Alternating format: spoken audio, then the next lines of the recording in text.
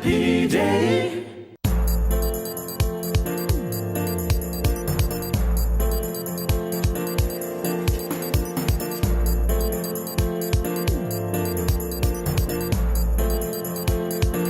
Oh, happy day. Mëngjesi, mirë se vini në Happy Day për këtë të premte, erdhën e premtja dhe përfunduam javën e punës. Besoj të gjithë jemi më të disponuar për këtë fakt, po për faktin e kohës, pak sikur na prish qefin sot se u zgjuam në një zymtësi meteorologjike. Një freski, po pra. Çu bë kështu? Po mirë kështu që u bë pak. U freskua pak. Të freskohemi pak, po. Po mirë ke, okay, hajde. Kalon. Po. Ama pse për vikend? Po se di tash nesër besoj se do rregullohet. Po, vetëm për sot është ajo, të shohim më vonë për motin, po besoj ata që janë pak që ju ndryshon disponimi me mëngjes, për shembull mua më dekoncentron, më flihet. Ama po. Do të dal nga shtrati. S'dua, vetëm edhe 5 minuta. Ç'kemi lënë si e gdhir? Mirë jemi gdhir. Po tash pak koha na prishi, po besoj se në emisionin, me kuriozitetit do të bëhet edhe dhe më mirë. Filmin. Ne kemi patjetër të hapim emisionin me një lajm të trisht, me një lajm që dje na mërziti të gjithëve tej mase, sepse ka ndruar jetë producentja Vjosa Berisha, një njeri shumë i madh, një grua shumë e dashur që e pam dje nga rrjetet sociale, nga ngushëllimet që gjithë kishin shprehur dhe gjithë që kishin postuar se sa shumë dashuri ka pasur nga njerëzit producentja Vjosa Berisha, e cila je për fat të keq ka ndruar jetë. Vetëm sa për ta shënuar, producentja e filmave Vjosa Berisha ka vdekur në moshën 50 vjeçare. Bashorti i saj Fatos Berisha ka thënë se për datën dhe vendin e varrimit do të njoftojnë më vonë. Me pikëllim të thellë bëjmë të ditur se e dashura jon Vjosa Berisha ndroi jetë sot më datë 23 qershor në Spitalin University College Hospital në Londër. Datën dhe vendin e varrimit do ta bëjmë të ditur më vonë. Familja Berisha dhe i strefi, ka shkruar bashkëshorti. Vjosa Berisha ka pasur përvojë mbi 20 vjet në industrinë e filmit. Për Vjosën na ka ardhur keq të gjithëve, nuk ka njeri i cili nuk ka thënë, nuk është trishtuar, nuk ka thënë ndonjë fjalë dhimbjeje, nuk ka ndjer mungesë sigurisht nga ky lajm i trisht, po jeta ndonjëherë është edhe e hidhur dhe besoj ajo fjalia që e thuan të gjithë se më të mirët shkojnë dhe një herë edhe të shmohet. Ngushëllime familjes Berisha edhe një herë për këtë njerëz të madh që ka humbur jetën pas një betejë të gjatë me kancerin dhe nuk ka çfarë të thuhet më tepër. E kishim patjetër që ta fillojmë kështu emisionin sepse është një lajm i madh dhe u desh të shënohet. Mirë, tani do vazhdojmë me Happy Day, besoj të bëhemi happy edhe pas këtij lajmit që na ka trishtuar dje, por edhe lajmet të këqija edhe nga Evropa kemi, që çfarë lajme të këqija? Nga Brukseli. Shiko sa pas kam qenë me edhe koha kështu e zezë edhe gjitha janë përshtatur sot. Sa pesimiste kam qenë unë, e shkreta dhe harrova. Në fakt dje prisnim pak, kishim pak shpresa unë dhe Tiloni, po asgjë. Sot do të bisedojmë më gjerë për këtë çështje, pra samiti BE Ballkani Perëndimor sot vazhdojnë të takohen, vazhdon pra agenda e samitit. Sot na shkon më shumë kjo. Sot vetëm kjo na mbeti. Dhe edhe sot pra vazhdon samiti në Bruksel. Gjatë ditës së djeshme ka pasur disa zhvillime të cilat kanë qenë në fokus të samitit, siç tham pra çështja e Ukrainës dhe Moldavisë. Këto gjëra do të zgjidhen pasi ky është dhe fokusi i këtyre takimeve, por që edhe Ballkani Perëndimor ka qenë ndër pikat e agjendës. Kem nevojë për arsim, edukim. Kem nevojë ta sjellim këtu Evropën dhe jo të shkojmë në Evropë. Nejse. nevojë për arsim, edukim. Dhe Të ka thënë na imi natë ditë që të shohim pak të dritë. pra mirë. Po gjatë ditës së djeshme, gjatë atyre takimeve ku morën pjesë dhe liderët e vendeve rajonale, pra Shqipërisë, Serbisë, Maqedonisë, Kosovës e kështu me radhë, morën pjesë në shumë takime, biseduan shumë çështje të ndryshme. Për Kosovën ishte fokus liberalizimi vizave, të shohim tani dhe pash një lajm tjetër që më erdhi mirë, të them kështu si informacion. Kjo presidentja Osmani e Kosovës ka ftuar Macronin dhe disa diplomatë të tjerë aty në summit të vinë në Prishtinë në festivalin e Dua Lipës, Sunny Hill.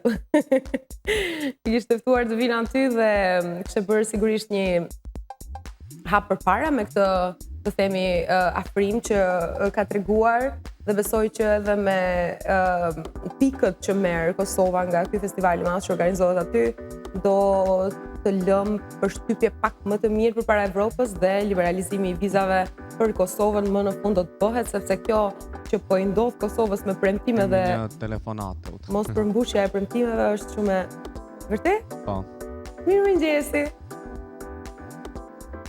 Hajde ta shohim. Prit një sekond tash, sa të. Jo, Oh, jo. Hajde, tento përsëri teleshikues të nderuar. Të lutem të tentosh përsëri, sepse për temën, po. ndoshta edhe për temën. Për çfarë të doje? Nuk ka problem, ndrojmë temë më një herë për teleshikuesit, ne jemi këtu. Po pra, dhe kemi ftuar në Happy Day sot në fakt një politolog i ri që ka një opinion, të themi, më të freskët dhe më të informuar, më të pasur. Bëhet fjalë për Xhenur Risenin, i cili do lidhet në Skype më vonë për të biseduar pra për rrjedhat e summitit në Bruksel, për atë se Kovacevski e refuzoi në fakt ofertën franceze, se kishte thënë që nuk është e pranueshme për Maqedoninë e Veriut, çfarë përmban e njëjta, cilat janë pikat më të brishta të cilat e kanë çuar qeverinë e Maqedonisë që mos ta pranojë këtë propozim për të filluar pra negociatat me Bashkimin Evropian dhe gjitha detajet tjera. Do vazhdoi Shqipëria rrugtimin drejt Evropës pasi shanset janë shumë të mëdha, sigurisht dhe pritet që të ndodhë e njëjta. Për shumë detaje të tjera, do zhvillohet sot dita, çfarë do bëjmë ne si vend i Ballkanit Perëndimor pas mbarimit të presidencës franceze dhe fillimit të asaj çeke. Se do të kërcejmë të këngën, ë? Urojmë që jo. Me vlerëm. Po pra. I lexova do që thonin analista, për shembull se do rritet influenca ruse në rajonin e Ballkanit, për shkak se Serbia është shteti kryesor në Ballkan, e tash këto se japin datën dhe Rusia do e rrit influencën këtu. Kjo është një frikë e kahëmotshme, Loni. Është një frikë e vjetër. Kjo është një temë shumë e diskutuar dhe jo vetëm influencën ruse, por edhe atë kineze, domethënë sa i përket dhe ekonomi, sigurisht, bëhet fjalë edhe për ideologji dhe për ekonomi, por kjo është shqetësimi më i madh edhe i Evropës dhe i joni që mos të fillojmë një rrugë. Pa ato të shqetësohen do i kishin pranuar, domethënë oferta, po se di unë tash ç'a bën kështu tallet se ka pranuar Kovacevski. Hajde shko, e kupton, e kam bërë si trek atje. Zemër. Po kemi telefonat. Shumë e thellë është kjo. Telefonuesin, mirëmëngjes. Mirëmëngjesi. A do të gjërë? Kush na paraqitet në Happy Day për këtë të premte? Gjesi. Gjesi. E kemi Blerin? Po e kemi, po, e dëgjon të uta, mirëmëngjes. Nuk e dëgjoj. Unë jam Nuk e dëgjoj Blerin, të lutem më ndihmo. Allo? Alo. Unë Pishkupit jam. Mirëmëngjesi. Po? Mirë se vjen në Happy Day. Unë ka Shkupi. A je i Shkupit? Po? Po, edhe pse ke kërkuar në Happy Day të pëlqen emisionin? Po, unë do me fol për Kosovën.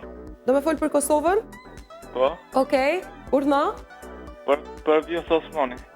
A për Vjosa Osmani, për presidenten? Çfarë ke të thuash për presidenten? Po ju me fol për Shkupin, për Kosovë me fol. Po pra, po për Kosovën, për Vjosa Osmanin, urdhna. Po,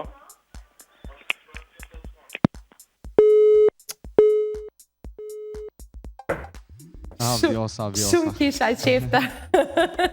Shumë kisha qefta diqa do thot për presidenten. Po pse o teleshikuese e ndalon lidhjen? Që thënë ato dy fjalë. Tani do mendoj 100 verzione se çfarë kishe mund të thuash. Ishte veshur bukur dje. Ishte veshur bukur dje. Ka bërë kardio, kështu është bërë në formë. Ashtu, pastaj edhe pas edhe ka rënë në peshë, është bërë edhe një bukuroshe. Po. Ka qenë dhe një diplomate vërtet gjatë ditës së djeshme, thash, domethënë ka biseduar me të gjithë krerët aty, me shumicën në fakt, pam shumë foto, sidomos me Macronin, me Kosovës presidentin nuk ja francez. liberalizuan vizat, ëh? Po ende nuk ka përfunduar gjithçka Oloni, duhet të presim edhe sot. Sot është Edhe dita e dytë, po, dhe epilogu i gjithçkas do jepet pas ditës së dytë, po Do na kthejmë përsëri ato, garant. një shpresë ka. Do na kthejmë përsëri? Si do na kthejmë? Po a japin asgjë. Mendon kështu do na përzën.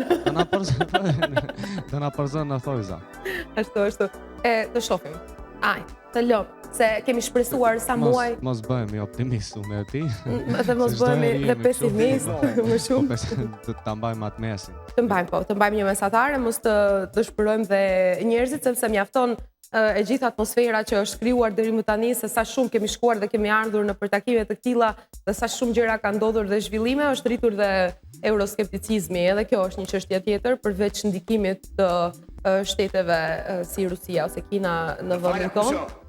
Edhe euroskepticizmi është një temë që është shumë e biseduar, pas gjithë këtyre tentimeve për të filluar në negociatat me Bashkimin Evropian, njerëzit më dhe kanë thënë qënka tani, e ti ndoshta edhe s'duhet antarësohemi fare, ku e di, unë Kem nevojë për arsim, edukim. ka plot opinione, por që Evropa na duhet të gjithëve dhe pse Do i kthejmë Çi duhet? projektit Nuk ka- Ballkani hapur tash. po kishte thënë Rama, sa doja të them edhe unë të ndërlidhem aty, se kishte thënë Rama në një deklaratë dëgjova dje se fillimi i unifikimit, fillimi i asaj që do të forconte Ballkanin Perëndimor dhe do të bënte një rajon i cili funksionon mirë, është Open Balkan dhe duhet të marrë pjesë gjithë në këtë iniciativë dhe të lidhen së bashku, sidomos në aspektin ekonomik, për të shkuar përpara, pa marrë parasysh a marrim fillim të negociatave datë ose jo. Nëse në gjithë të krizë, në gjithë të inflacion dhe zhvillime të tjera që ndodhin në botë të trishta si lufta në Ukrainë kështu me radhë, Tuta. pak rëndësi ka për ne, urdhno. Yes. Ku je o djalli i vogël? Dukesh. Faleminderit. Shvem. Tashi. Do të japish mendimin tënd. Dy gishta për estetik i le. Dy gishta për estetik, bravo. Kaq shumë respekt, okay. Puna e arsimit në BE nuk është edhe faji i BE, sa është faji i shteteve tona, zakonisht është aty faji fillon. Se tani këto duhet, domethënë edhe sa i kemi ndjek kohëve të fundit, to presin ta shfrytëzojnë rastin me Ukrainën që të Po pra. Megjithatë jemi shumë larg plotësimit të kushteve që na ka caktuar. Dash në aspektin ekonomik, dash në aspektin kulturor, dash në të gjitha aspektet, Prandaj ata janë edhe gjithmonë domethënë janë skeptik për të na të ngurur, po, normalisht. Vetë se ashtu ndodhi ajo me Bullgarinë atëherë kur e morën në Europë dhe Bullgaria pati një periudhë të gjatë krize dhe nuk mundesh të integrohet në shoqërinë evropiane, në Union. Domethënë dhe kishte taksa të larta, megjithatë edhe një gjë do të kemi parasysh se antarësimi në BE i ka edhe kostot e veta. Sigurisht. Ka shumë mohabet ka shumë mohabet kjo punë, po jo se domethënë gjithë koncentrimi i njerëzve domethënë ose ajo fokusi nervoza kalon tek Evropa, po nuk është e vërtet. Sigurisht jo. Këtë e bën treshja, domethënë sipas meje se kanë dështu në të gjitha drejtimet. Megjithatë do ta kemi parasysh se korrupsioni është në nivelet më të larta në shtetet tona. Ky është shqetësimi më i madh që kemi. Infrastruktura është në nivelet më të dobta edhe ndoshta edhe se Ukraina tash që është në gjendje lufte. Mos. Po. Mos se nuk kemi dhe azi, mos Blerim. Dje kaluam me Valonin në për qytet aty diku në Në cili qytet? Në Shkup? Një qytet, s'ka lidhje. Okej. Edhe do me thonë, ende dilnin burimet e kanalizimeve jashtë. Po, Blerim, nuk është teme e re kjo. Po jo, kjo nuk është teme e re, po tani ne me atë kanalizimin edhe me atë imazhin e kanalizimit mund ta ndërsohemi. Kemi shpresë të kyqemi, do me thonë të jemi të barabart me Austrinë. A tham dje pas atij lajmit në Haraqin që s'kan ka një javë rrymë dhe ujë për të pirë. A tham që kështu nuk hyhet në Evropë. Është mizerje, edhe pastaj çështjet e Bullgarisë e këto, do me thonë kjo është një problem i madh historik, të cilin nuk besoj se do të arrijnë ta zgjidhin këto 10 vitet e fundit. Do me thonë, ka shumë mangësi në Republikën e Maqedonisë, sidomos, po unë kam një ide tash sot të jap këtu si parashikim live. Do të japësh një ide?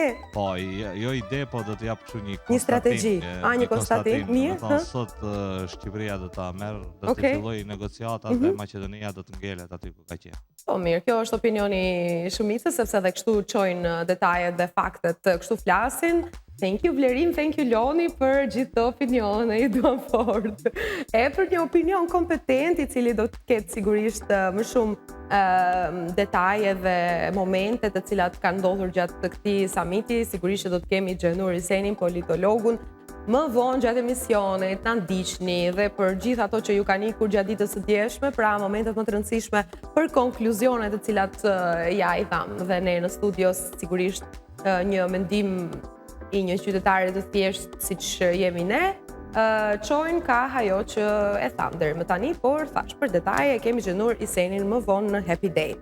E përveç Xhenurit në program do të kemi dhe 3 qytetarë të thjesht. 3 qytetarë të thjesht. Sa thashun? Një thash. Po si një qytetar shu i vjen si një palë, e di? Do me thonë si shprehje. Po. Okej. Sorry. Mos e merrni personale. Jo? Jo, çfarë ti po. Unë e thash dhe për veten, sigurisht. Kemi një kronik, një material të përgatitur nga Shavan Sinani që kishte të bënte me librin. Festa e librit Gostivar 2022 ka filluar më 21 qershor, do zgjas deri më 25 qershor, që është nesër. Dhe ju mund të shkoni dhe të vizitoni këtë festë të librit, i cili sigurisht ngjan një panajirit ku mund të gjeni një mozaik të pasur të librave të ndryshëm, të blini, të bashkëbisedoni me njerëz të tjerë të cilët e duan librin dhe kështu me radhë sugjerime të dëgjoni.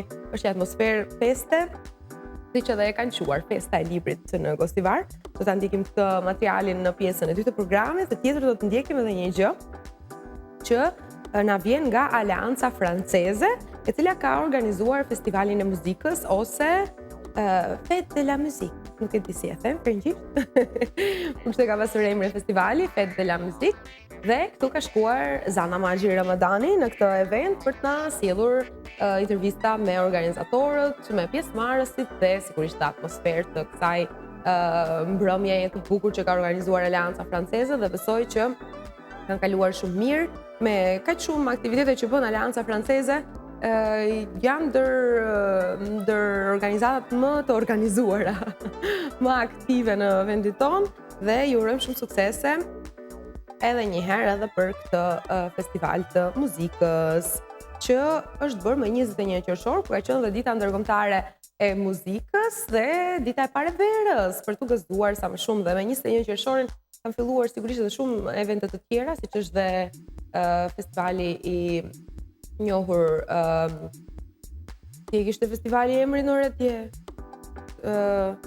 i verës në Shkup, festivali i verës në Shkup. Skopje-Leto? Skopje-Leto diçka? Skopje-Leto, po, ashtu e kishte? Skopsko-Leto. Skopsko-Leto, faleminderit, se di pse më bllokua truri. Moti keqe ka këtë. Moti më ka zymtësuar. Skopsko-Leto, pra. Skopsko-Leto ka filluar edicionin më 21 qershor, ku ka qenë dita ndërkombëtare e muzikës dhe dita e parë e verës. Për jashtë, më shumë për tepër. gjëmoj. E bukur. Këto do t'jenë materiale që do të ndjekim sot gjatë programit Happy Day. Dhe sigurisht, si thash, dhe lidhjen live për të folur pak në temën më serioze që ka të bëjë me summitin i cili po zhvillohet edhe gjatë ditës së sotme. Dhe tani, përveç se që e shohim motin, do të shohim dhe parashikimet e motit, sepse na ndryshoi pak të themi nga parashikimet që kishim ditëve të kaluara se do kemi një javë përplot me diell dhe një fundjavë të ngrohtë, të nxehtë dhe pa re dhe pa shi, por ja që sot me mëngjes pam një dallim të madh të kohës, pra re dhe kushte për shi.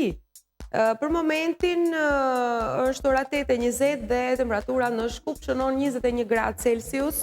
Në orën 9 parashikohet 100% shi në Vetëm se ka nisur. Në Shkup, vetëm se ka nisur? Po. Po ne jemi Saraj pak periferi, gjërsa të vrin. Të bëhet 9. Dhe se këtu e rrumbullakson. Dhe pastaj me njëherë për një orë pritet një stabilizim i motit dhe nuk do të kemi më shi, do me thonë vetëm tani pak do të freskohet shumë mirë, që do freskohet për një orë koha dhe do të ketë shi dhe pastaj dhe pastaj do të kemi temperatura deri në 30 gradë Celsius gjatë ditës. Shqiptarët e cinkom. Ja dielli gjipot. Ti e shaj. O, vllamalli, ja dielli gjipot. Pra, nga ora 11 do të kemi diell gjatë ditës së sotme, dhe pse mëngjesi duket i zymë dhe duket sikur nuk do kthjellet asnjëherë, do të ndodhë. Kështu parashikon meteorologu në fakt.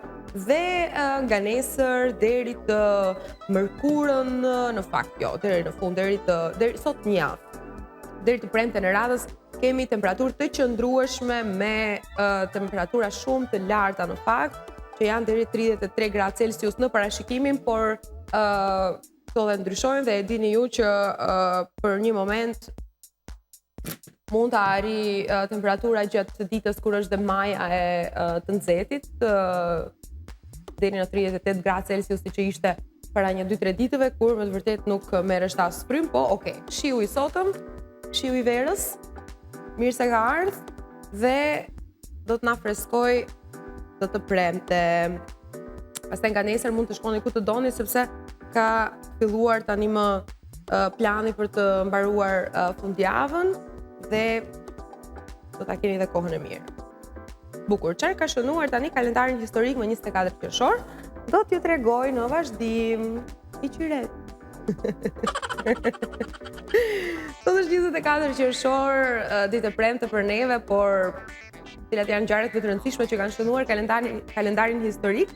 Do të fillojmë me ngjarjen e parë që është në vitin 1932, një revolucion pa gjak i nxitur nga Partia Popullore jep fund fuqisë absolute të mbretit praja dhipok të Saimit, sot Tajlanda. Revolucioni i vitit 1932 konsiderohet të jetë një ngjarje e madhe në Tajlandën e shekullit të 20 dhe fillimi i rivalitetit për kontrollin e qeverisë së Tajlandës që ka shkaktuar një paqëndrueshmëri politike. Pastaj ngjarja e dytë që shënon këtë ditë, pra 24 qershorin, është në vitin 1938. Pjesë të një meteori shkëputen dhe godasin një fshat të tërë pranë Chicoras në Pennsylvania. Meteori vlerësohet të ketë peshuar afro 500 ton metrik kur goditi atmosferën e tokës dhe shpërtheu. Vetëm 2 fragmente të meteorit u gjetën pas hetimeve fillestare. Ata kishin një masë prej 242 gram dhe 61 gram dhe u zbuluan disa milje larg zonës. Shiko që pas ka ndodhur në vitin 1938. E dini ju këtë ngjarje? Në Pennsylvania, po pra. Dhe në 24 qershor në vitin 1947, Kenneth Arnold bën vëzhgimin e parë të raportuar gjerësisht të UFO pranë Mount Rainier në Washington.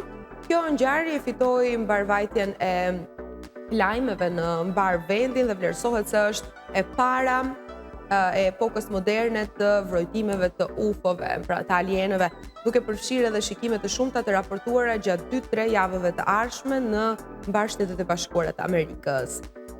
Dhe kalojmë tani te viti 1948 në ditën e sotme, gjatë luftës së ftohtë starton bllokada e Berlinit, Bashkimi Sovjetik e bën të pamundur udhëtimin në tokë mes Gjermanisë perëndimore dhe Berlinit perëndimor. Bllokada e Berlinit shërbeu për të nxjerrë në pa vizionet konkurruese ideologjike dhe ekonomike për Evropën e pas luftës dhe luajti një rol të madh në tërheqjen e Gjermanisë perëndimore drejt NATO-s në vitin 1955.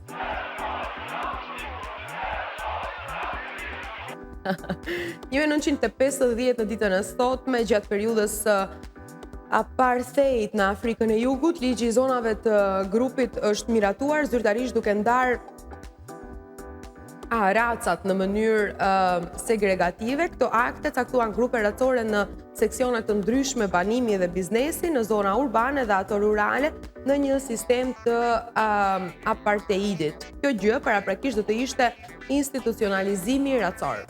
Në vitin 1987 lind në Rosario Lionel Messi. Shiko, të kujtohet që dje kishte lindur ai futbollisti legjendar Loni. Maradona. Po, jo, Maradona kishte lindur par dje. Kurse dje kishte lindur ai tjetri, edhe një legjend tjetër që është. Ish, më kujtohet. Do të gjej. E diskutuam dje? Po pra, te kalendari historik. Po? Par dje Maradona, dje është legjendë e futbollit, po i vjetër. Unë të pyeta për Maradonën sa është i famshëm, është sa Messi dhe sa Ronaldo, dhe ti the që është një legjend dhe një legjend tjetër ka. Në ato kohë me Maradonën kush ka qenë bashk? Pele. Jo Pele. Ronaldinho. Jo këtë të ri. Në mes të periudhës nga do me thënë do të gjeta do ta tregoj. Okej. Po, pra janë 3 legjenda të futbollit që kishin ditëlindjen par dje dhe sot. Dhe sot e ka Messi. Okej, urime. I cili është një futbollist Argentinas. E pash një meme në internet, Leoni, kam qeshur kur ma merr dashnorja, do me thënë kjo partnerja telefonin dhe ma kontrollon dhe shete mesazhet në Instagram që i kam shkruar Ronaldos happy birthday.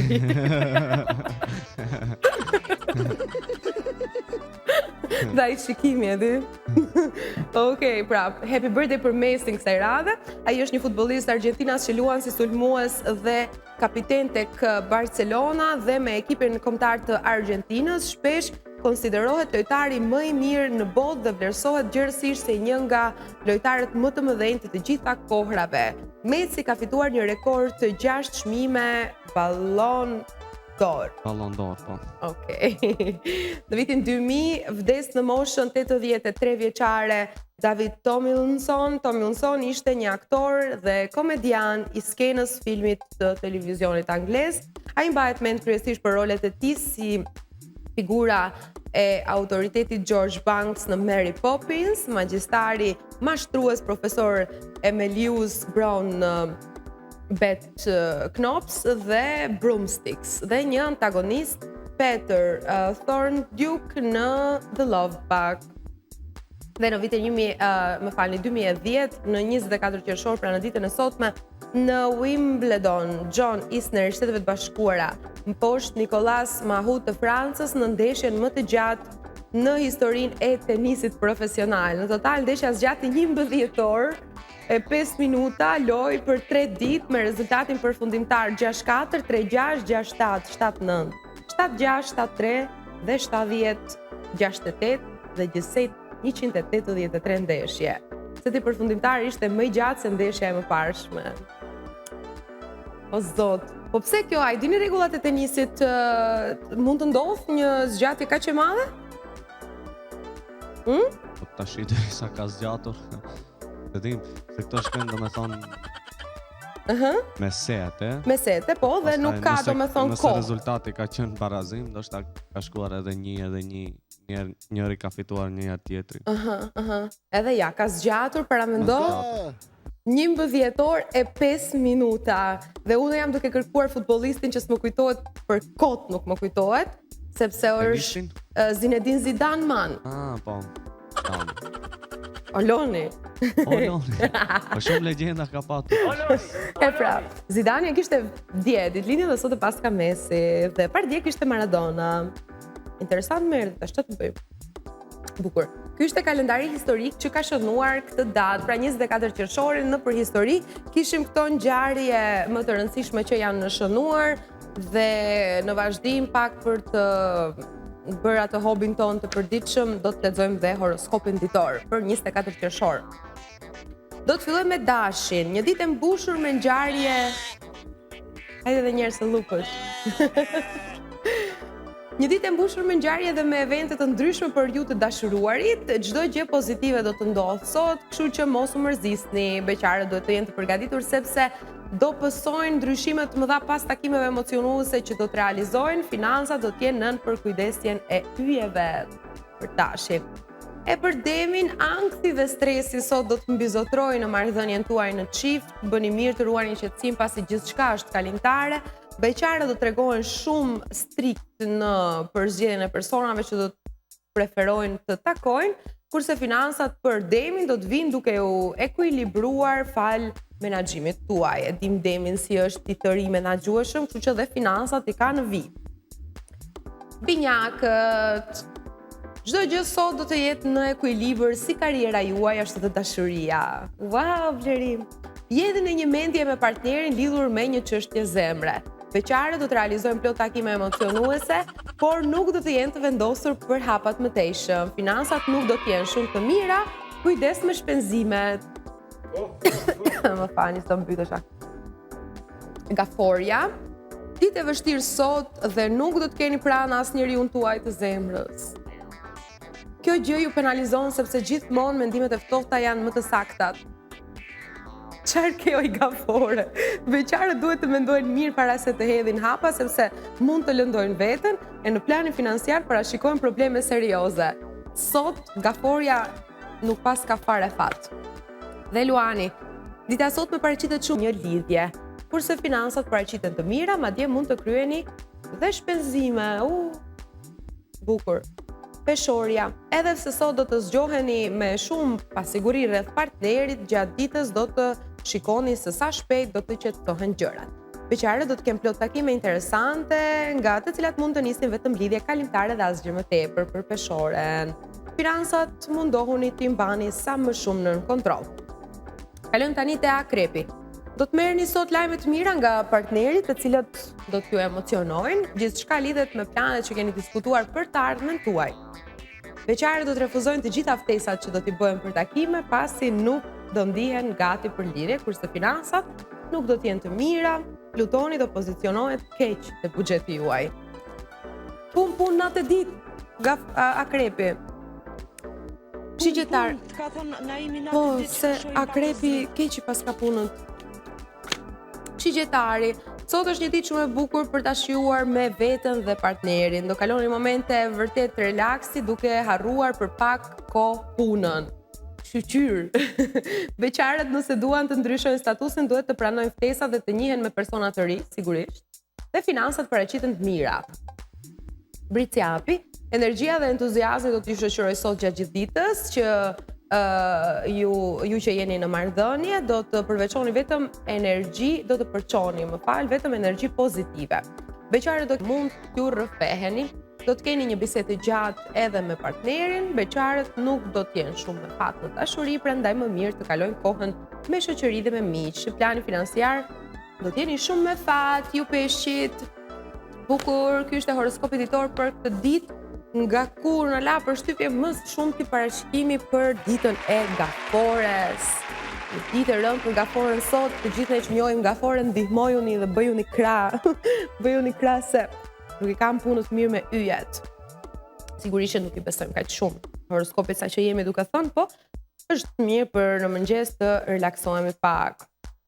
Dhe çfarë doja të bëja tani une e shkreta. Dhe të lexoja pa kuriozitete, që mos të kalojmë direkt te lajmet. Ej, Mirë. kem nevojë për arsim e do kem. Po, dhe kem nevojë edhe për vitamina, apo jo? Kem nevojë për vitamina? A pini ju vitamina? A pini kështu vitamina suplemente? Loni me blerimin. Okej, vitamina suplemente kështu, vitamina C. Nga pemët i marr. Nga pemët i merrni? Po. Shiko si doja të zëngusht. Mirë. Dhe thot artikulli, a mos po harxojmë para kot duke vlerë vitamina, ja Loni e dika. Vitaminat, mineralet, multivitaminat dhe gjithë suplementet e tjera me shumë gjasa nuk do t'ju mbrojnë nga kanceri, problemet e zemrës, apo do t'ju zgjasin jetën, të paktën kështu janë shprehur ekspertët e US Preventive Service Task Force në deklaratën e tyre të fundit. Thënë këtë, a mos jemi duke shpenzuar kohë për vitamina? Me shumë gjasa po thojnë studimet. Nëse jeni një i rritur i shëndetshëm dhe jo shtatzën, nuk ka prova të mjaftueshme të ndonjë përfitimi për zgjatjen e jetës në marrjen e vitaminës E, vitaminës D, kalciumit, vitaminës A, beta-karotenit, vitaminës B3, asaj B6, vitaminës C dhe selenit.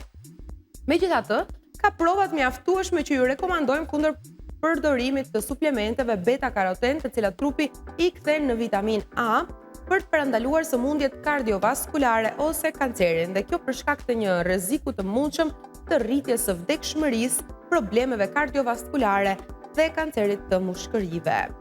Edhe për sa i përket vitaminës E, rezultoi se nuk ka asnjë benefit në reduktimin e vdekshmërisë, çrregullimeve kardiovaskulare apo kancerit. Pra, flasim për suplementet gjithmonë dhe jo për vitaminat të cilat duhet konsumuar patjetër përmes ushqimit, si këto koktejlet e bukura që kemi këtu. Sipas ekspertëve, fokusi i njerëzve për të ndaluar sëmundjet kronike duhet të përqendrohet tek dietat e balancuara që përmbajnë shumë fruta, perime dhe aktivitet fizik. Si shembull, në studimin e tyre u mor dieta mesdhetare. Të ngrënit në mënyrën mesdhetare, e cila fokusohet në një dietë me bazë bimore, aktivitet fizik dhe ndërveprim social, mund të zvoglojë rrezikun të kolesterolit të lartë, demencës, depresionit dhe kancerit. Në vend që të shpenzoni parat, kohën dhe vëmendjen te suplementet, do të ishte më mirë të shtoni aktivitetet me rrezik më të ulët dhe me përfitime më të larta. Pra, duke ndjekur një dietë të shëndetshme, duke kryer aktivitet fizik dhe duke u përpjekur sa më shumë për një stil të shëndetshëm jete. Sidoqoftë, ky studim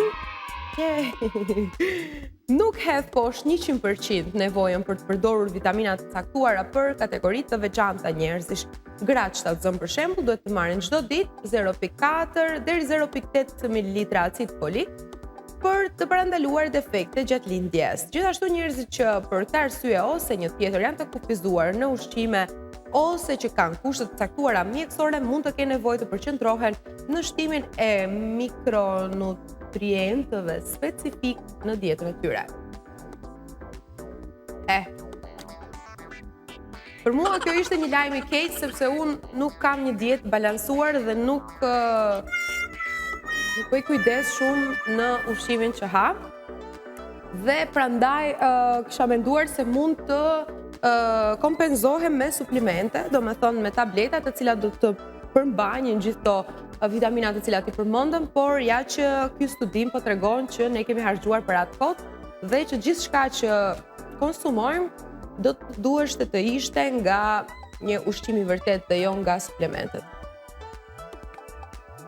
Dhe tani do shkojmë edhe me një lajm të bukur dhe shumë interesant që kanë bërë shkencëtarët një zbulim, në fakt një hulumtim gjithashtu, dhe një konstatim në fund. Ata thonë se njerëzit do mund të jetojnë deri në 130 vjet. Shkencëtarët mendojnë se njerëzit mund të jenë në gjendje të jetojnë deri në moshën 130 vjeçare në të ardhmen. Ke dëgjuar edhe shpesh këto parashikime apo jo, që do të rritet jetëgjatësia. Po. A e çojmë çfarë thotë? Në kërkimin e kryer për revistën Royal Society Open Science, shkencëtarët shpjeguan se nëse kushtet e jetesës vazhdojnë të përmirësohen, disa prej nesh do të arrijnë moshën 130 vjeç përpara vitit 2100. Pasi të kemi arritur 110, ne kemi shans 50-50 për të jetuar vitin e ardhshëm. Wow. Studiuesit hetuan nëse, domethënë vetëm ta kalojmë pragun e 110-shit është sensi i kësaj. Studiuesit hetuan nëse kishte një kufi të sipërm për jetë gjatësinë e njeriut në 130 dhe arritën në përfundim se nëse do të kishte, ata do të kishin zbuluar tashmë. Megjithse, është ende jashtëzakonisht e vështirë që ju të shihni ditëlindjen tuaj të 130 pasi Davidson shtoi se nëse jeni tashmë 110, pra Davidson është një nga shkencëtarët, shanset për të arritur 130 janë 1 në 1 milion. Studiuesi u publikua në studimi u publikua në shtator të vitit 2021, në të njëjtin muaj kur laboratorët Altos të Silicon Valley njoftuan se po kërkonin riprogramimin biologjik që mund të ndihmonte në kthimin e procesit të plakjes. E dim dhe këtë temën e folëm. Një nga metodat e çplakjes që po studiohej ishte një lloj riprogramimi që mund të mësonte qelizat të riktheheshin në origjinën e tyre të qelizave burimore dhe t'i bënte ato të përshtateshin me lëkurën duke i dhënë asaj një pamje mërinore. Të shpikjen e kemi folur, e kemi biseduar dhe në për emisione, sepse ishte shumë interesante, pra kjo për rinovimin e qelizave dhe për mos plakjen. Altos Labs mblodhi më shumë se 270 milion dollar. Kemi një telefonues. Prap? Mirëmëngjesi. Mirëmëngjesi. Ç'kemi? Si jeni? Mirë.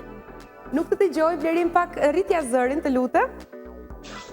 Mirë se vjen në Happy Day. Mirë se ju gjej, përshëndetje nga shteti Slovakisë. Shpëtimi! Ju përshëndesim. Ta njoha zërin, të përshëndesim dhe ne ty, si ke qenë? Mirë, faleminderit. Ju si jeni, si kaloni? Faleminderit Jako, zgjojmë njerëzit nga gjumi. Akoma pëzdoni njerëzit, i lëmë të pushojnë? Vetëm edhe një javë dhe pastaj do t'i lëmë të pushojnë. Po mirë shumë. Edhe neve po na zgjoni këtu, ju shikojmë. Faleminderit shumë.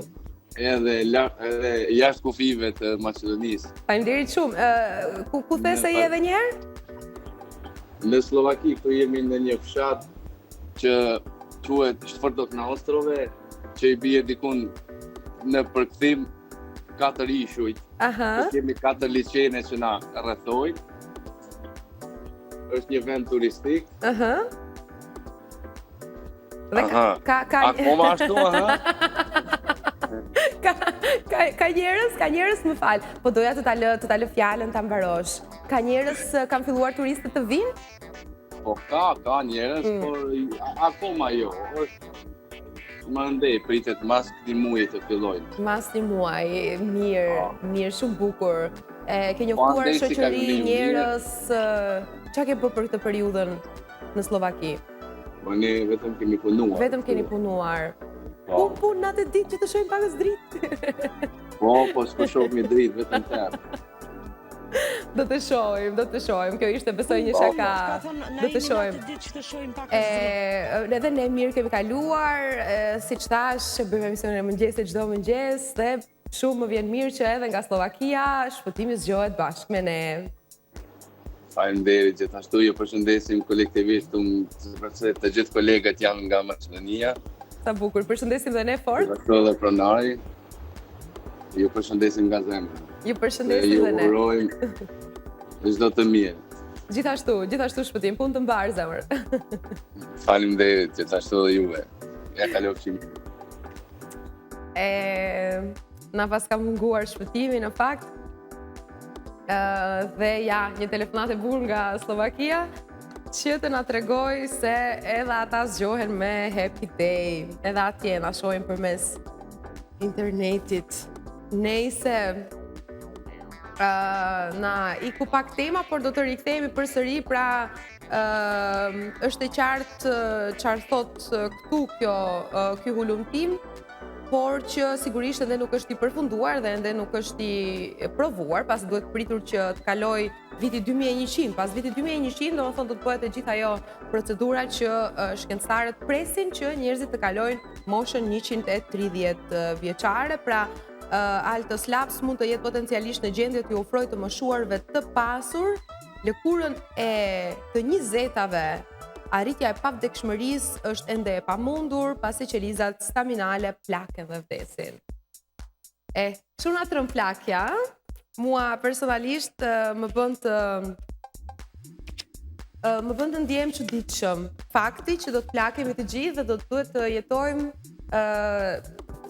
hapa të ndryshëm të jetës, staza të ndryshme të jetës. Dhe Është do ta shohim si sukses derisa e kemi mbërritur atë stat. Sigurisht, po është pak e panjohur pasi nuk e kemi ndjer. Normal. Dhe prandaj Për kemi, po, për të gjithë është njësoj. Kur është për gjithë ti çu ngushëllohesh. Po, Për gjithë është. Jo vetëm për mua. siç ishte gjatë pandemisë. Po. Për gjithë. Për të gjithë janë duke detur në shtëpi. Për gjithë. Për të gjithë, po pra. Mirë. Biznesi ka bankrotuar, ama se për gjithë. Po s'kemi pare, asnjë s'ka. Asnjë s'ka. Po s'kemi dalë jashtë, asnjë s'del. Mirë se unë i humba ca gjëra jo ja ku jam. Po tani do t'i lëm këto për më vonë dhe do kalojmë te lajmet. Do t'i rikthehemi edhe një herë summitit në Bruksel mes Bashkimit Evropian dhe Ballkanit Perëndimor që ka filluar dje dhe vazhdon dhe ditën e sotme. Të shohim kronikën e cila flet për refuzimin e ofertës franceze nga kryeministri i Maqedonisë Kovacevski. Kalojmë te kronika. Oh, happy day. Jemi rikthyer në Happy Day tani në pjesën e intervistës dhe do të flasim për summitin në Bruksel, pra në selinë e Bashkimit Evropian po zhvillohet summiti BE Ballkani Perëndimor ku 27 kryeështetesh dhe qeverish evropiane diskutuan me kolegët e tyre nga rajoni mbi sfidat me të cilat përballet së bashku, veçanërisht në dritën e agresionit rus kundër Ukrainës dhe sigurisht në ditën e dytë që është sot. Pra, gjatë kësaj dite, summiti do t'i kushtohet tradicionalisht eurozonës, forcimit bashkimit të bakrit dhe kërkuesit të kapitalit të përbashkët dhe presidentët e Bankës Qendrore Evropiane dhe Eurogrupit do t'i bashkohen liderëve në një takim paraprak në Bruksel. Summiti përfundon pra sot pasdite me një konferencë përbashkët shtypit të presidentëve të Këshillit Evropian, Komisionit Evropian dhe Francës, pasi vendi përfundon presidencën e tij 6 mujore të radhës me BE-n dhe nga një koriku Çekia do të fillojë presidencën me Bashkimin Evropian. Dhe tani për të biseduar për atë se çfarë ndodhi dje gjatë takimeve me liderët e Ballkanit Perëndimor, kemi politologun Xhenur Iseni në lidhje me Skype. Mirëmëngjesi, mirë se vjen në Happy Day.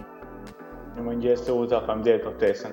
Faleminderit edhe ty që ndave kohë pak ta diskutojmë në mënyrë më profesionale gjithë të temë, se ne populli kemi shumë qejf të komentojmë dhe t'i tregojmë për shtypjet tona të cilat sigurisht burojnë nga i gjitha i euroskepticizëm ose gjitha ajo lodhje që na ka shkaktuar rrugtimi për në Evropë. Më trego pra një përshtypje tënde për ditën e djeshme. Ajo që ndodhi dje faktikisht është paralenduar që para dy muajve kur kryeministri Edi Rama kërkoi ndarjen e Shqipërisë prej Maqedonisë së Veriut dhe që atëherë u lexua deklarata e tij se Bullgaria përsëri domethënë do ta nuk do të ndryshojë qendrimin, do të mbajë vetëm. Po që se kryeministri Rama e kishte ditur që Bullgaria do ta hiqte vetën, atëherë as ai nuk do të kishte kërkuar ndarje, domethënë ndarje të Shqipërisë prej Maqedonisë së Veriut, që domethënë ishte e prishme. Dje liderët e Ballkanit Perëndimor praktikisht ishin si spektator në atë summit dhe u kthyen me duar poshtë. Por ndoshta edhe mund të thuhet se Maqedonia e Veriut dje i tha jo Evropës, me faktin që kryeministri Kovacevski refuzoi propozimin francez.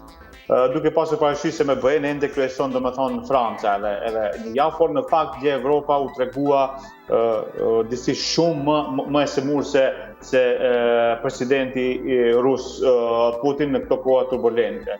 Domethënë përveç Maqedonisë, me drejt siç thash shfaqi nervozizmin e tij kryeministri Rama, sepse ai është pendi i kontestit mes Shkupit dhe Sofjes dhe që nga dje u dëshmua se edhe për një kohë të gjatë zgjerim nuk do të ketë me vendet e Ballkanit Perëndimor dhe natyrisht zhgënjimi është i madh përveç te liderët është edhe te qytetarët, sidomos qytetarët e Maqedonisë së Veriut që ndoshta me padurim i presin ato ntojza vlera evropiane në vendin tonë që edhe ata domethënë të jetojnë mbas të atyre vlerave.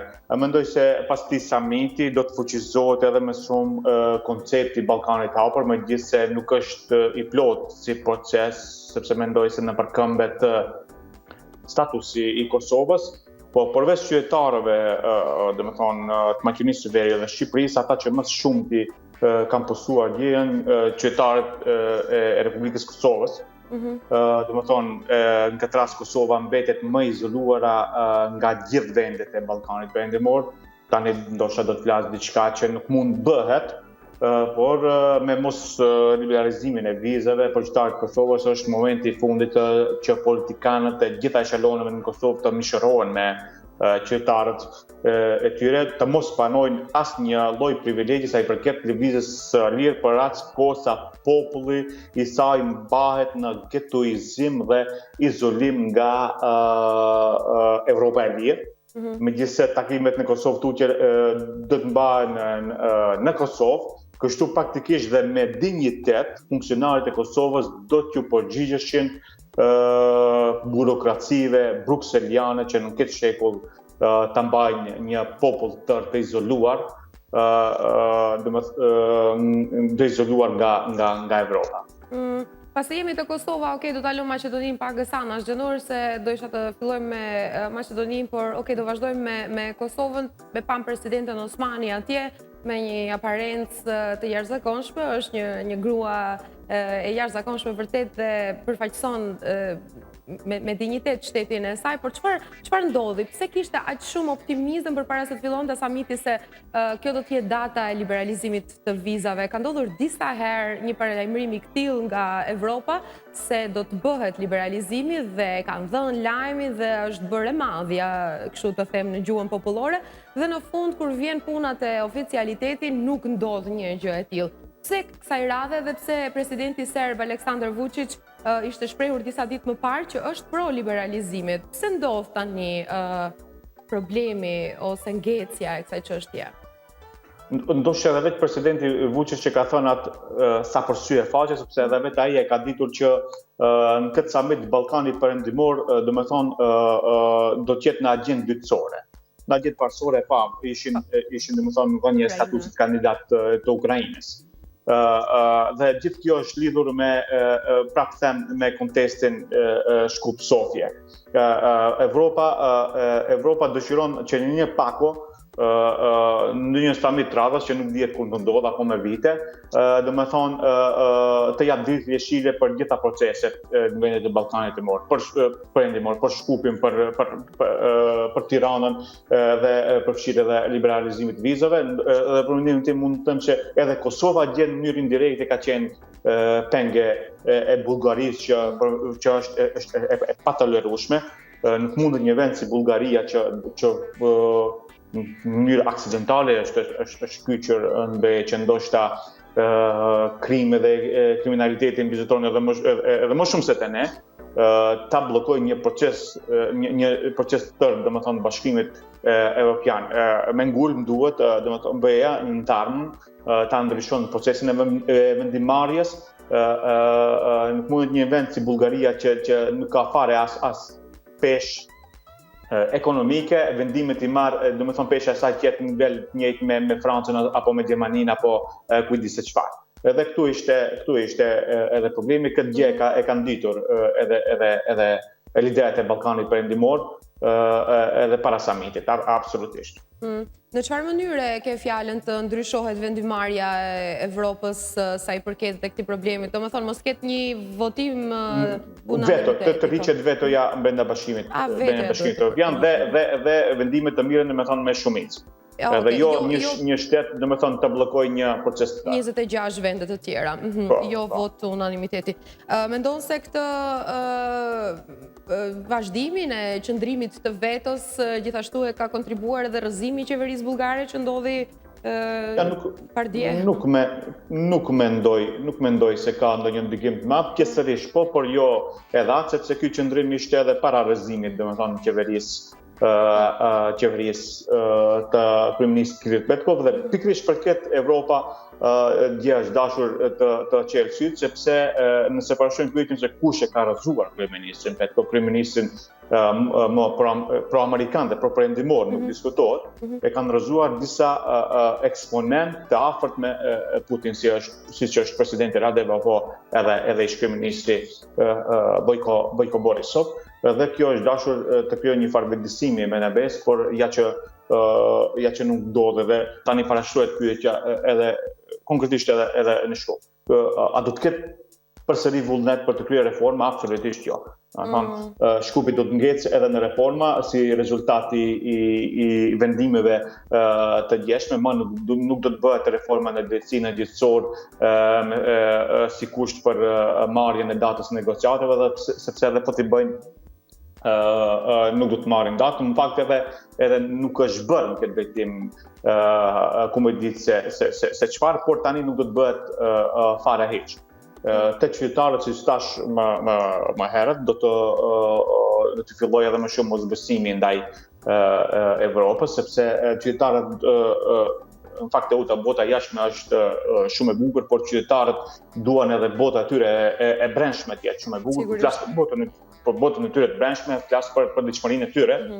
Tani ndoshta do të dalë pagës jashtë temës, por megjithatë ndërlidhet për përditshmërinë e tyre nëse para një viti, domethënë me të njëjtat të ardha dhe me të njëjtin planifikim të shpenzimeve kanë mundur ta kalojnë disi muajin, tani sot me të njëjtat të ardha dhe me të njëjtat planifikime mund të kalojnë vetëm 2 javë me këto shtetime në stratosferë. Me fakt fjalë inflacioni që në thelb rrit sasinë, në këtë rast ka të kurrur muajin, domethënë duke e trajtësuar atë në 2 javë, tani më për qytetarët e Maqedonisë së Veriut muaji nuk i ka 4 javë, po i ka vetëm 2 javë. Dhe çka do ndodh kjo faktikisht atyre ju shkurtohet edhe jeta, domethënë këtu flas hipotetikisht, por dhe pikërisht për këtë qytetarët kanë shpësuar shumë dje që sot të pak domethënë të rrit me fillimin e negociatave apo të rritet edhe standardi i tyre jetësor, sepse me të vërtetë po kalojnë domethënë në momente shumë vështira ekonomike gati të mbijetesës. E vërtetë është dhe nuk e di dhe unë si do ta përballojmë gjithë këtë skepticizëm që na u ka krijuar gjithë qytetarëve dhe jo vetëm të Maqedonisë, por edhe të rajonit. Por të flasim për shembull edhe sa e kemi merituar, Abda. A e kemi merituar? Tani unë jam vi nga komuna Raçinës ku nuk kam kur 15 jetoj në terr. Domethënë vlerat europiane nuk është terri, por është drita dhe kjo është kjo. Do flasim tani pak për atë shpresën e vockël që kishim gjatë ditëve të kaluara ose oferta franceze për të mbajtur në kontroll veton bullgare, në fakt për Bullgari, një ofertë për Bullgarinë, të cilën Kovacevski e hodhi poshtë, e refuzoi. Kjo besoj që ishte shpresa e fundit më e vogël, se ndoshta dhe do zgjidhet diçka, sepse për të tërhequr vetoja nuk kishte shpresa. Tani ke ti ndonjë informacion se çfarë përmbante kjo propozim marrëveshje e dhënë nga Franca?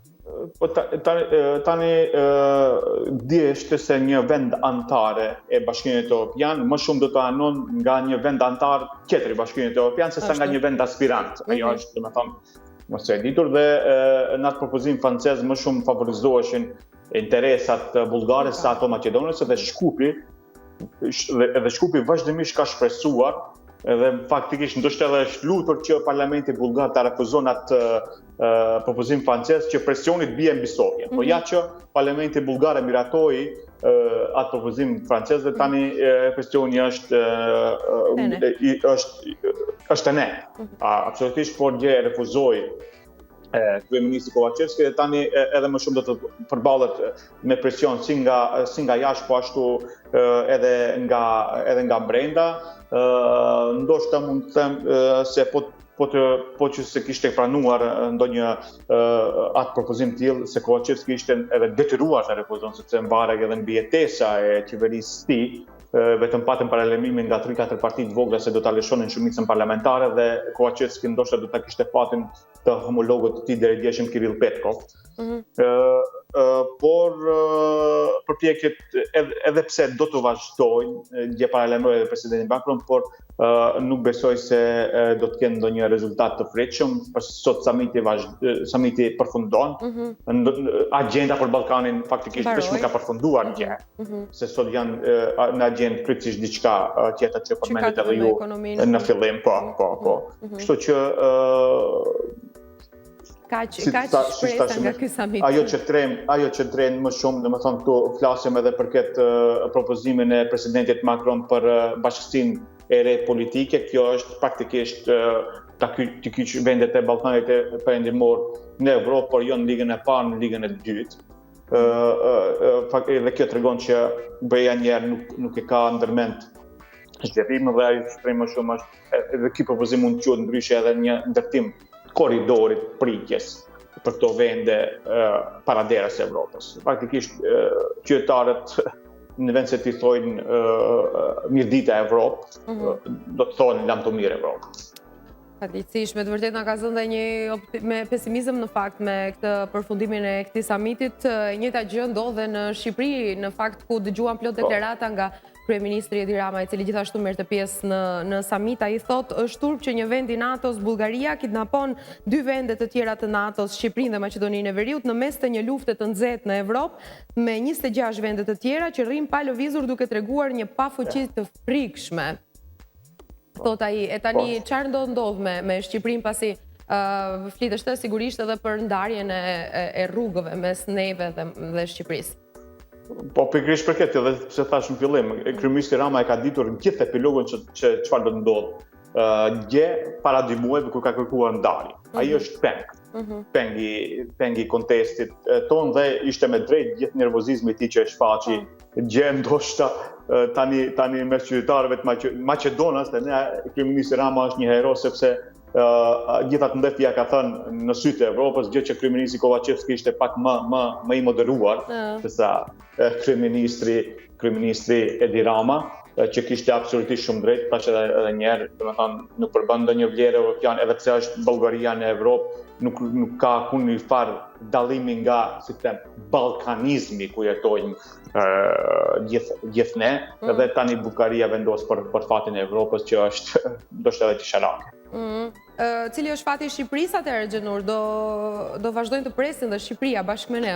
Fati i Shqipërisë është njëjtë që siç është fati jonë, është fati edhe i Shqipërisë. A është drejt kjo? Absolutisht nuk është drejt, sepse Shqipëria domethënë nuk ka asnjë kontest bilateral me asnjë fuqi. Se nuk ndahet rrugët atëherë? Urno? Se nuk ndahet Shqipëria dhe të udhëtoj vetë? Sepse tani nuk është në interes të Bashkimit Evropian, domethënë si tash edhe merret ato kur vendosin diçka për Ballkanin perëndimor do vendosin për më njëherë, jo ndarës. Po dhe për atë tash edhe merret edhe Kosova në mënyrë indirekte është peng e gjithë këtij procesi.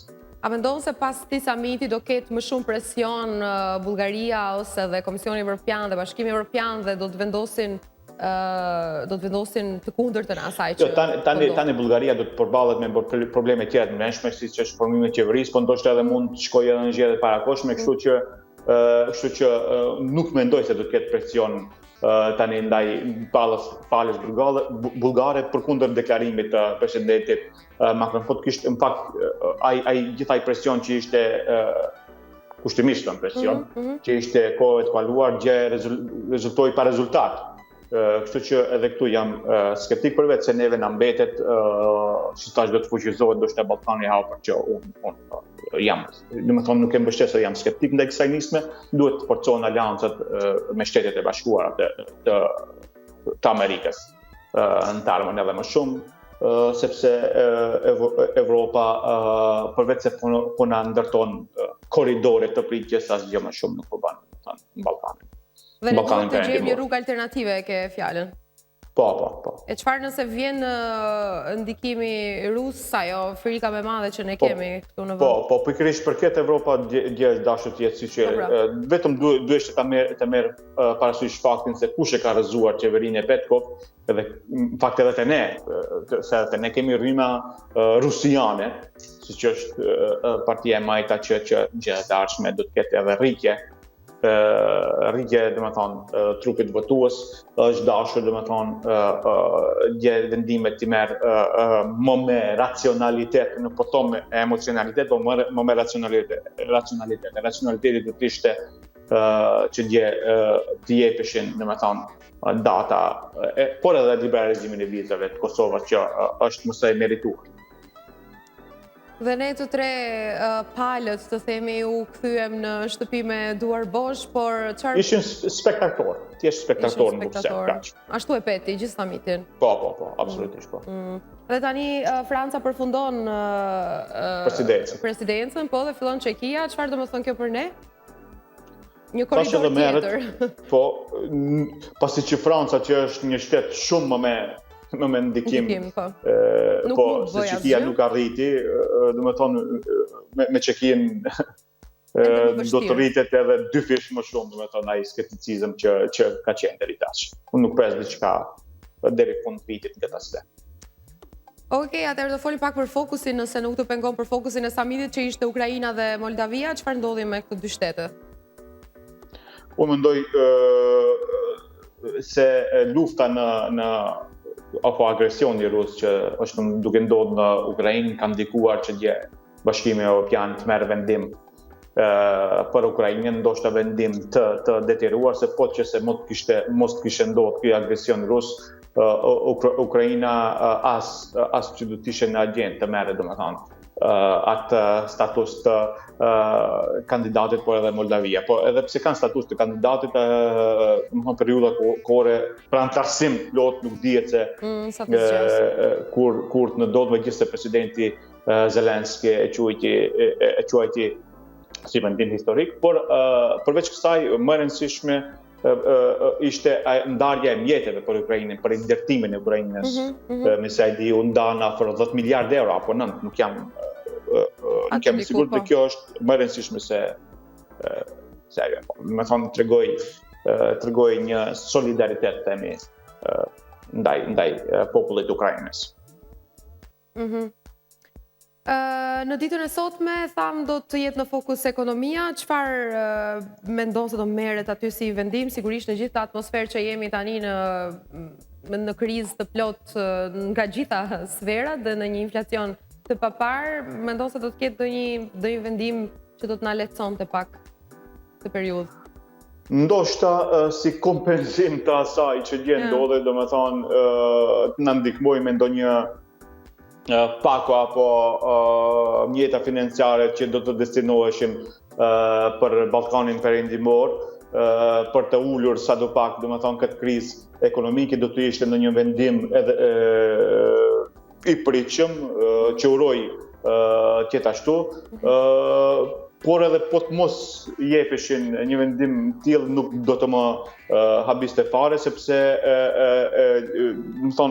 më shumë, shtetet tona kanë qenë të fokusuar në atë që ndodhet djetë, me thonë të marrin ditje shire, se me faktin e fillimit negociateve, ndoshta do të më kuptoj edhe përmirësimi ekonomive përkatëse, po edhe nëse ndodh kjo sot do të jetë vetëm një zbutje mlefit ndaj vendimit të ndjeshëm të Bashkimit Evropian. Konkretisht flas për vendet e Ballkanit Perëndimor. Për Ballkanin Perëndimor, po qartë. Tani në Maqedoni e gjithë kjo situatë do të shihet si dështim, besoj në thojza nga qeveria aktuale, si do ta përdorë opozita këtë?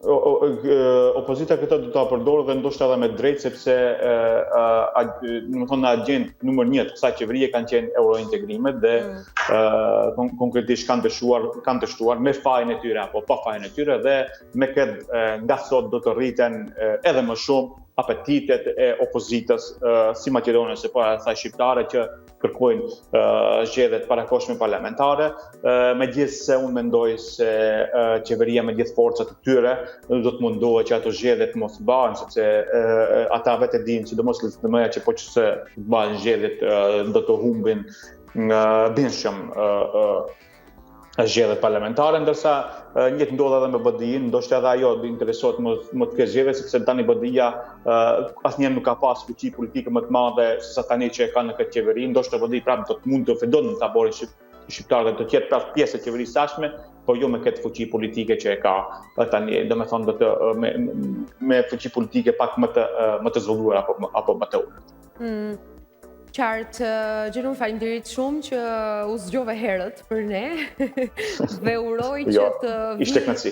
Uroj që të vi rryma ndërkohë, sepse dje ekipi ynë ka sjellur një intervenim të vockël nga EVN-ja, që përbëheshte nga një veturë dhe 3 punëtorë, të cilët provuan të intervenojnë, por sipas asaj që thua ti këtë mëngjes, Paraqina përsëri është zgjuar pa drita sot. Po. 4 net më tërë. 4 net. Vlera europiane, që them. Shumë. E ndriçuam korridorin. Po. Të uroj një ditë mbar. Faleminderit edhe një herë për opinionet. Njëjtë uta, faleminderit edhe një herë, ditë mbar edhe juve. Gjenur Jeseni ishte ky, politolog, opinionist, i cili na dha për plot informacione, por dhe në arritja të skepticizmin, si të themi, ose pesimizmin, i cili në fund të ditës është dhe real, dhe i shohim dhe rezultatet se cilat janë dhe se si do të pasojë dhe gjithë kjo, pra, e gjithë ajo që përfundoi nga samiti do të pasojë me një dëshpërim tek qytetarët dhe sigurisht që eurointegrimet ose me ndryshimet në shtet vijnë për qytetarët dhe asgjë tjetër nuk është më e rëndësishme se sa disponimi ose gjendja e tyre edhe ekonomike, edhe statusore kështu me radhë. Por ja, këtu do përmbyllim këtë temë sepse është hapur ende më shumë, ishte vetë nga fillimi, pra përpara se të fillonte samiti, tema shumë e ndërlikuar dhe shumë e shpërndar, dhe menduam që do ta paketojmë disi me këtë përfundim të presidencës franceze, por nuk ndodhi e njëjta dhe tani me të vërtetë tema është ende më e shpërndar. Në Bullgari ra qeveria, do të presim domethënë një periudhë kush e di sa të gjatë për të formuar një qeveri e re dhe për të dëgjuar përsëri qëndrimin e qeverisë së re në Bullgari dhe mënyrën se si do të kalon kontestin i cili po na bllokon rrugën evropiane, jo vetëm neve, po mban penge edhe Shqipërinë dhe Kosovën, siç u shpreh me shumë mlev gjatë ditës së djeshme edhe kryeministri shqiptar Edi Rama, i cili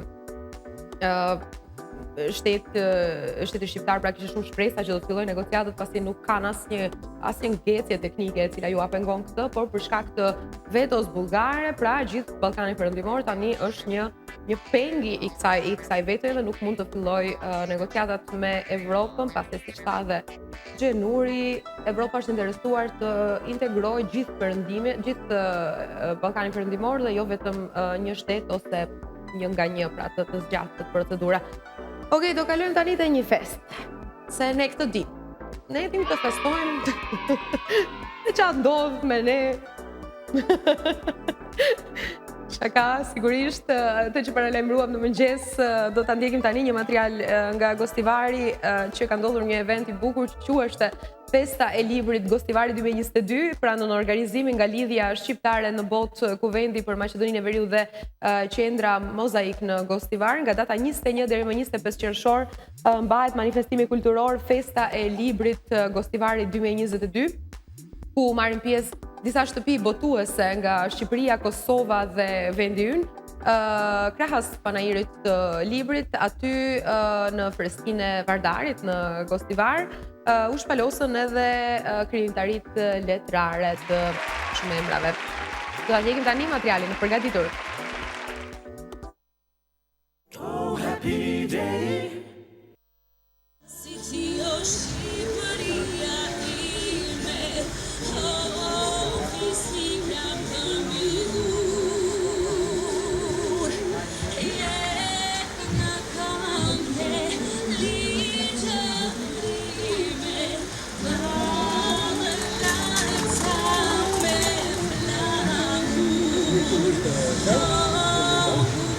City Përshëndetje, na vjen mirë që sot jeni me neve. Unë jam Shkelzen Halilaj, drejtori i qendrës Mozaik, në bashkëpunim me Shpend Bajramin, kryetari i lidhjes shqiptare në botë, organizojmë festin e librit. Ky është rasti i dytë, viti i dytë që ne organizojmë këtë event. Pjesë e këtij eventi janë prezantimi i librave, panajiri, por jo vetëm panajiri, janë edhe netët e promovimeve, që nga dje ne kemi filluar hapjen e festës, që pjesë e këtij programi është prezantimi i librave edhe netët e... Atëherë, sa shtëpi botuese marrin pjesë në këtë fest të librit në qytetin e Gosivarit? Botues kemi rreth 15, janë nga Shqipëria, nga Kosova edhe këtu të vendit nga Maqedonia. Cila është rrisia e këtij eventi? Po rrisia e këtij eventi është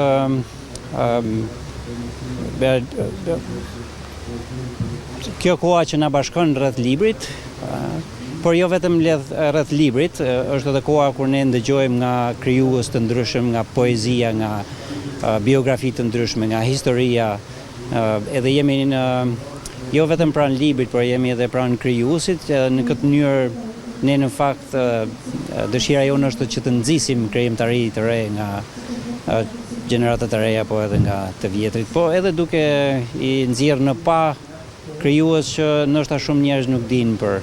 Sa do zgjas? Do të zgjas deri të shtunën, por netët e promovimeve do të jenë deri të premten. Pra kemi 4 net, edhe 2 net të tjera. Me këtë rast në fakt dua të ftoj audiencën gostivarase, por edhe pologut, edhe më tutje nga Shkupi edhe zona tjera që janë pak më larg në shtat.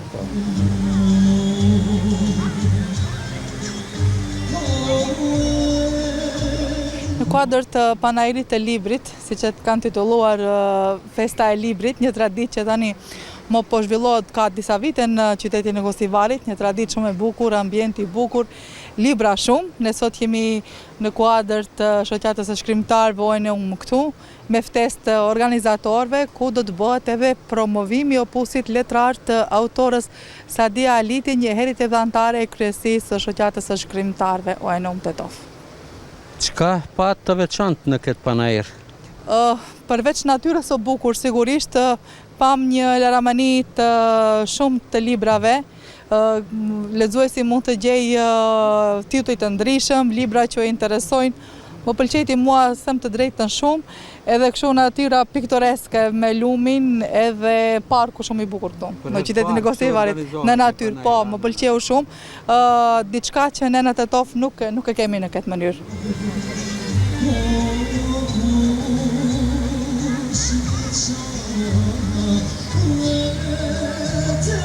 Unë vi nga Agjencia e Librit Tiranë.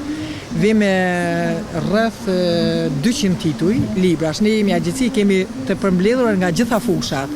Kemi romane, historike, artistike, të gjitha llojeve, edhe për fëmijë. Kam 4 shtëpi botuese që janë, domethënë, të ndryshme.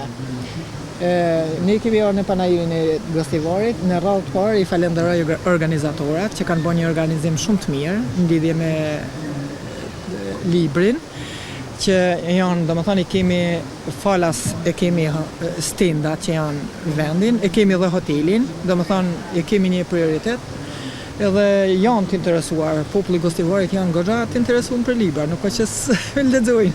Titujt e veçantë? Titujt e veçantë kemi disa tituj psikologjik, kemi edhe romane të reja bestselera, kemi edhe për fëmijë që ecin goxha.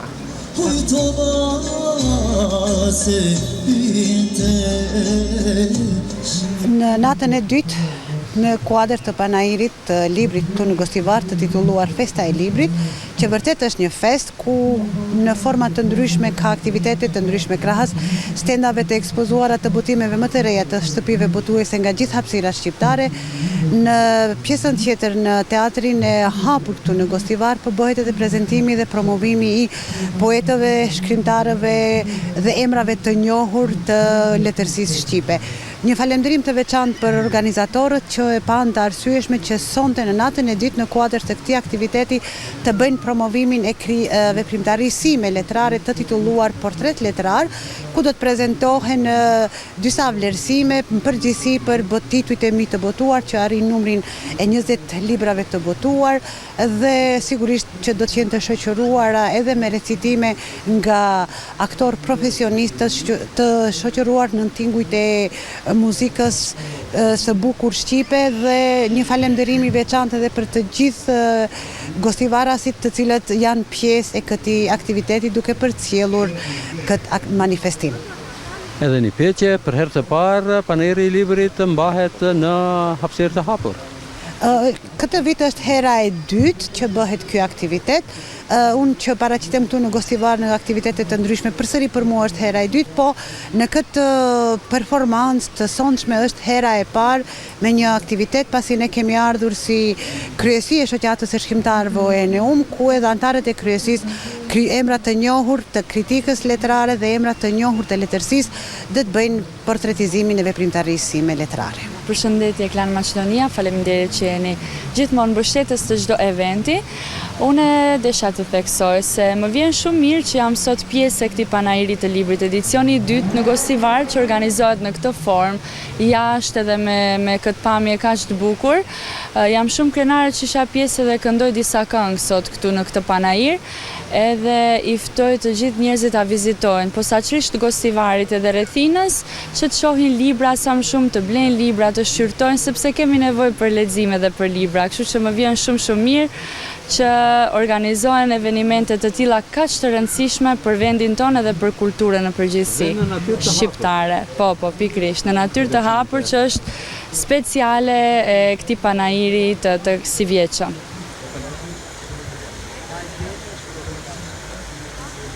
Autori i ndjerë Shkëllxen Zalli prezantohet me librin e ri Shqip dy gjuhësh, Shqip italisht La Corona di Banane, kurora me banane, përkthyer nga zonja Klara Kodra, përkthyesja më e mirë, profesor doktore në Shqipëri. Edhe siç ka përkthyer edhe librin Ditari i Mases, Shqip italisht, edhe librin që